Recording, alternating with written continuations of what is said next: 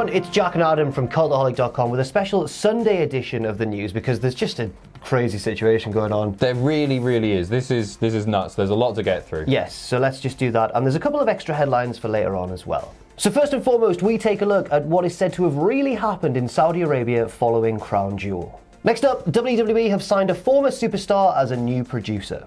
And finally, Bray Wyatt has teased a new design for his Universal Championship. So first and foremost, let's talk about this whole Saudi Arabia situation. Now, if you haven't heard by now, although I'm almost certain you have done, after Crown Jewel on Thursday, WWE, the roster, most of the roster, the production team, everybody involved, apart from various higher-ups like Vince, Kevin Dunn, who all got out of there pretty early, but most of the WWE team there were held for something like, what was it?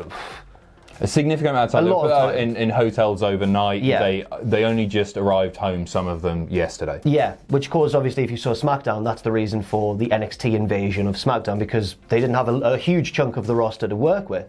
It's all kind of blossomed into a very controversial situation, which may have involved various different things that we're going to take a look at, but questions of maybe a pay dispute between WWE and the Kingdom of Saudi Arabia, as crazy as that sounds, that may have been what happened. Absolutely insane stuff. So originally this was blamed on mechanical issues. It appears that may not be the case. Reports are suggesting that may not be the case. I remember WWE's official release on WWE.com said a number of reasons, including mechanical issues, but there's been some dispute as to how legitimate that is, I suppose. So on Saturday night, Dave Meltzer from the Wrestling Observer Radio and newsletter tweeted, one person in the company said WWE is trying to get video from as much talent as possible to claim the mechanical issues on the plane were the problem. Just the fact that they would do this is very strange. Right. So they were asking for talent to do tweets, do video while they're there, saying that this is a mechanical issue. Basically validating their reason for it not Absolutely. happening. And Sean Ross Sapp also confirmed that as well. So two sources have now basically said the same thing, that WWE were trying to get their superstars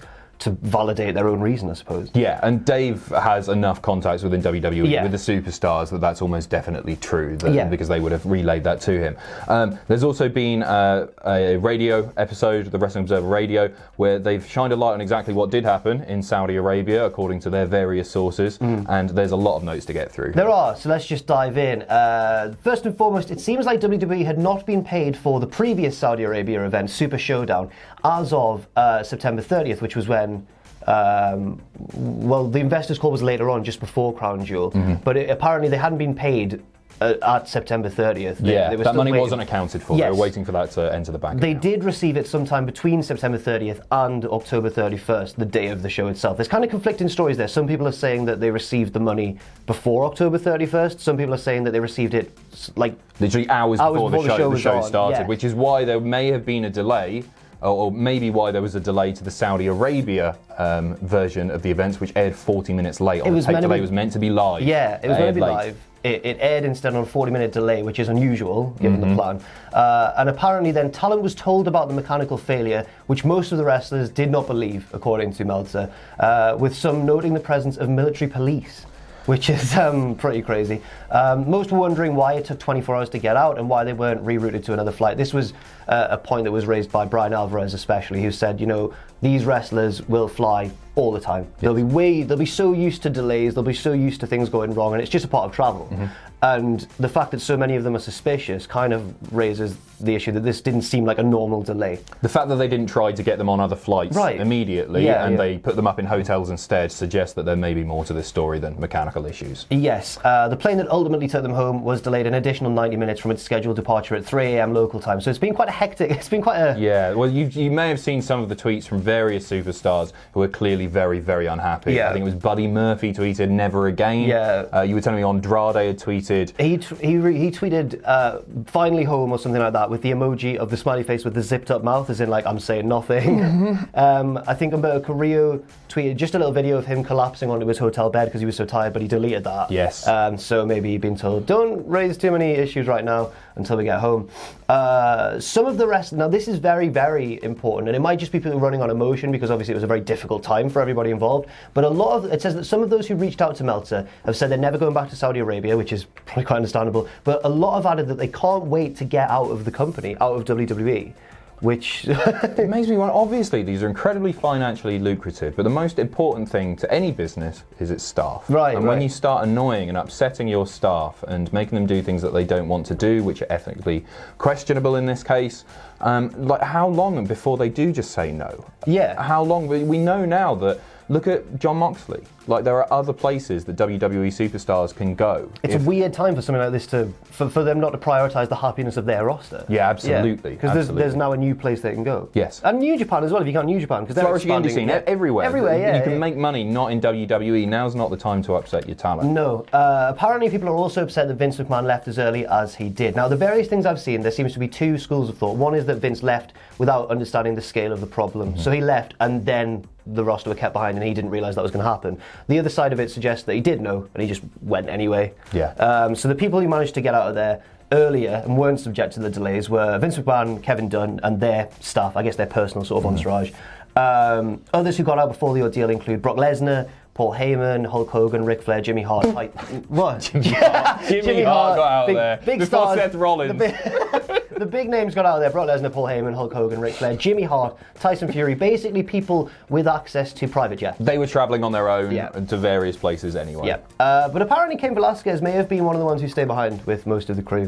Which is fair play to him, but also deeply unfortunate for him. Yeah, totally. Especially if the reports are true about his injury, because he's meant to be getting surgery soon. That's right. Originally he wanted to try stem cell treatment, but it appears that he's going to need to have surgery, and that's the reason for the unusual Brock Lesnar match that we saw. It was very unusual. Yes, here we go. It's not clear if Vince McMahon, in departing earlier, and a lot of these notes, by the way, we have to give credit to Justin Henry, our writer, who wrote this article on the website. Check that out for a comprehensive breakdown. It's not clear if Vince McMahon, in departing earlier, knew there was going to be a major issue, so we don't know whether he knew beforehand or not. Whatever the case is, numerous wrestlers who reached out to Meltzer felt like McMahon deserted them and that they were pawns in a dick-waving contest. Sure. Which it seems to sort of, I guess, bolster this whole school of thought that it was financial issues and it was neither side wanting to back down. WWE on one side, the Kingdom of Saudi Arabia on the other side. It's an utterly bizarre situation. And then, of course, Lesnar and Heyman were not scheduled for SmackDown, but as you may have seen, they did show up. Did they show up on SmackDown actually? Yeah, they did. Lesnar quit, of course, in the opening segment. Lesnar's going over to Raw now. He is. To hunt down Rey Mysterio, which I think is a way to swap the major titles over. Yeah, it's very convenient though, isn't it? Cheers, Brock.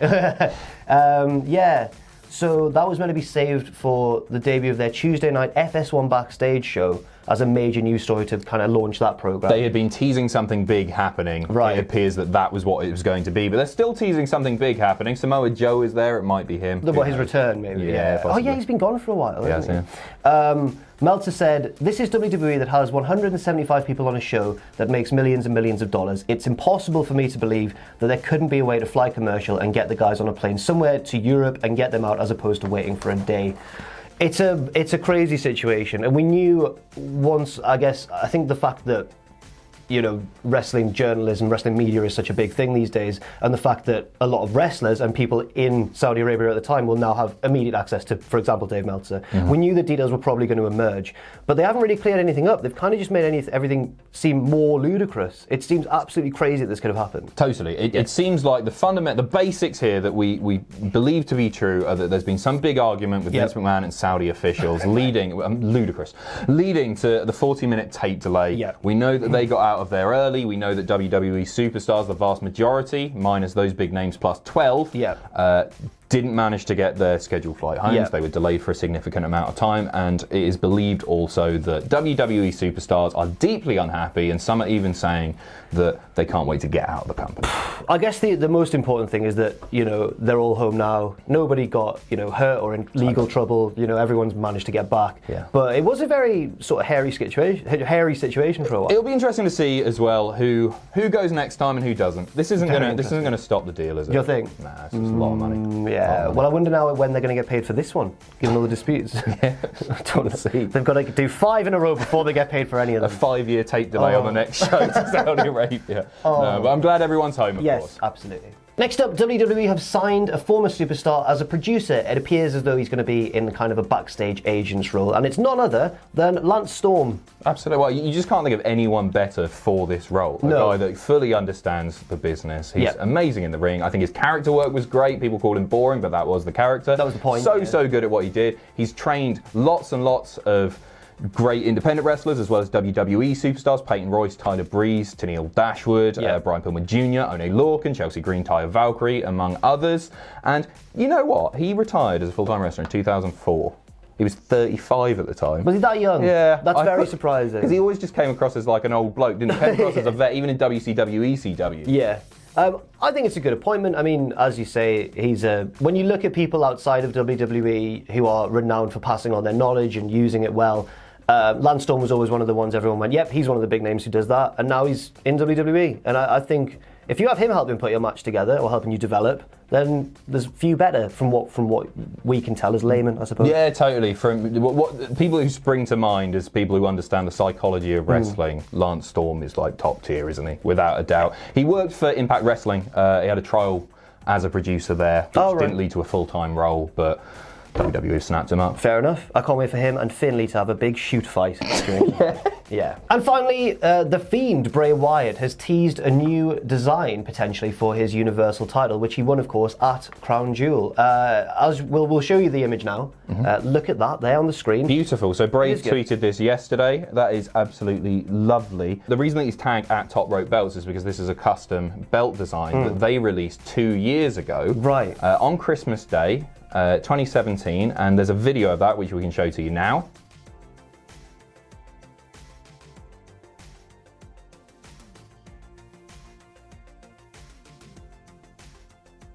So I think it looks fantastic. I think it's a really lovely looking belt. I really like it when they do character belts, and the Fiend is somebody, especially with, I know this is like basic bitch stuff, but the fact that the red belt is now on SmackDown, I think they do need to spice things up. I totally agree, because it would look weird if there was an all red belt on SmackDown. Yeah, it would. I like it. I like the belt, as I say. There's a few different ones going around. There was a custom belt that was floating around just after the pay-per-view that looked like a sort of like an Evil Dead Book of the Dead thing, sort of made out of human flesh as well. It's different to the Top Rope Belts one that they released a couple of years ago.